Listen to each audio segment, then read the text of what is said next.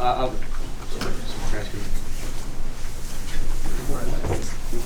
Make a hole, make a hole.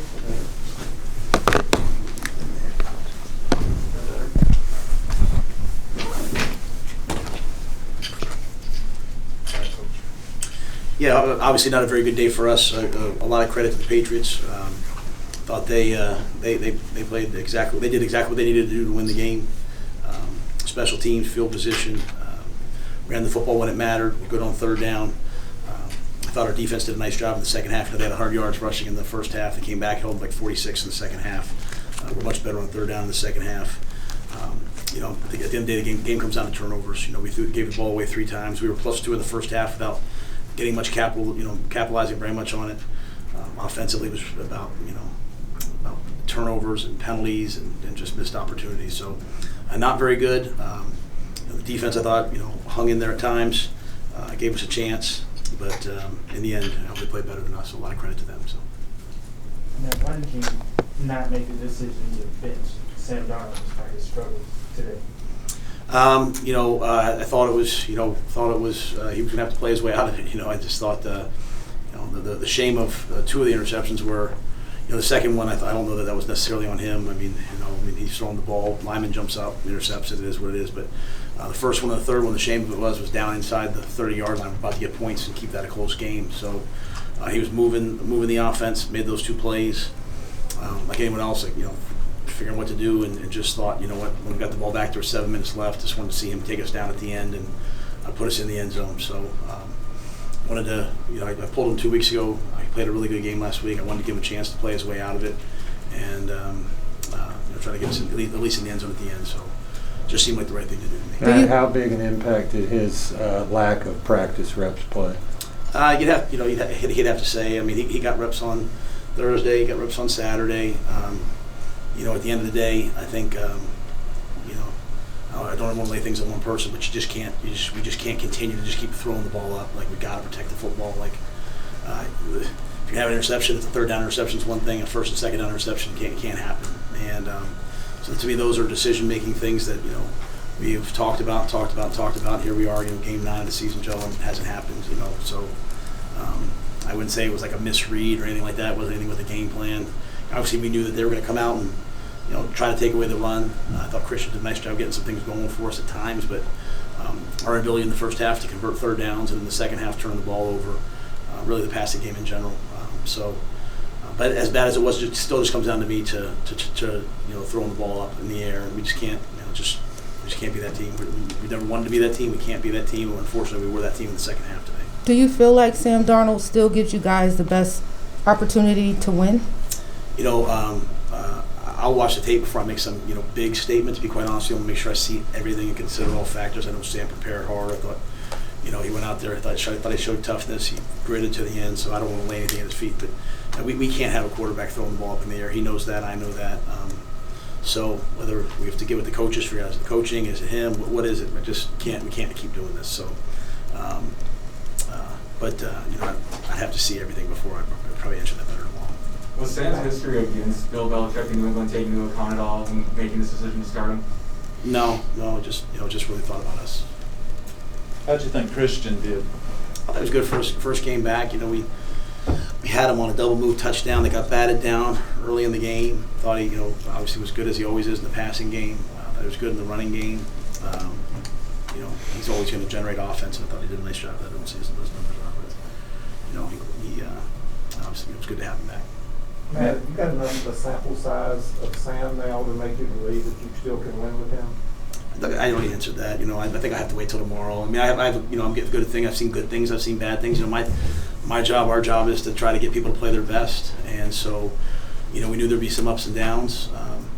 Again, I thought Sam did some good things today. It's just a matter of, really 2 plays that can't happen, and 2 plays that are about to, still going to be a 1-score game or a 2-score game. So if we just eliminate those plays, but we haven't done it. So it's a fair question. I'll make sure I say that. I don't want to answer those types of questions in my brain right now coming off the game. Obviously, we're all disappointed. I'm disappointed. But, we also don't need a 15-yard penalty when it's 2nd and 6 at the 20-yard line. All these things, you can preach it, you can talk about it. At some point, we got to go do it. And have that many penalties, one thing our guys have to learn, when you have a reputation for getting penalties, you're going to get a lot of penalties thrown, even when they're tight. And so, we had 10 penalties today. It's just not a very good team win. Second time this year, Robbie's shown visible frustration after a pick, or at least towards Sam. Is there a conversation that needs to happen between you guys and the receiver group and Sam to kind of get them all on the same page? No, I saw that. I wouldn't make anything of that. Robbie was frustrated because we just had our third interception. I think we all were. So it wasn't generating anybody. It wasn't anything like that. We communicate a lot. All of us know we're not going to win if we turn the ball over. I mean, that's just that was the whole key to victory. This was protect the football. We did it in the first half. We didn't play great on offense in the first half either. But we had it was I don't know what it was at halftime, 10-6 or something like that, 13-6. I think they scored up for the half. So we just can't turn the ball over. So I think all of us were frustrated with that. Even without the turnovers, though, Matt, I mean, you guys were up 2 at turnovers and at halftime and still down 8 points. I mean, the offense was pretty inept. No doubt. I think the first half was really an example of just third down. I think we were 1 of 6 or 1 of something on third down. Got into halftime. We talked a lot about that. Knew we were going to have to throw it a little bit more in the second half. I thought we kind of started to move the ball, right? Twice got down to the 30 and had the interception to Ian. So it just was not a good day. I think I think that's more offensively kind of the whole group. And I think when you lose 2 linemen like that, it's obviously not going to be perfect. I mean, Paris has played a lot of football for us. The running game never quite really got going, but you need to, as we've talked about, you need to convert some third downs, have some explosive plays, get people to have to play run and pass, and then have a chance. But we had the ball down at the 26-yard line. The defense did a great job. Stephon picks the ball off.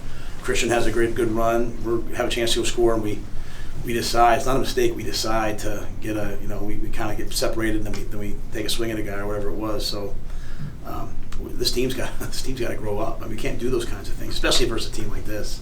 This is a good team. And so I say that respectfully towards our guys. We've got a bunch of great guys, but what one guy does affects everyone. And so whether it's a penalty or an interception or a missed assignment on defense, when you face this is a really good team we faced. When you face good teams, these kind of things happen. Matt, did you look like after the play where Brian Burns was being held by Jones and his leg got twisted a little bit and he went down with the injury? It looked like that you were talking to the official about that. What did you say on that? Just when I looked at the replay, I thought maybe a foul should have been called. So I don't want to call out any of their players or anything like that. I'm always going to protect our guys, and it looked like it was an injury that happened after the play. So I was just kind of defending Brian. But you're not allowed to actually hold the player's leg, prevent him from going after a ball, are you? When the guy's on the ground, you can grab him, you can hold him, pull him away from the ball. But I'd have to go back and watch tape to comment on it. Matt, 1 touchdown in 3 games. What has to change? All of it. I mean, we've got to score. We've got to score in the red zone. We've got to convert third downs. We have to be able to throw the ball better. We've improved the running game, I feel like.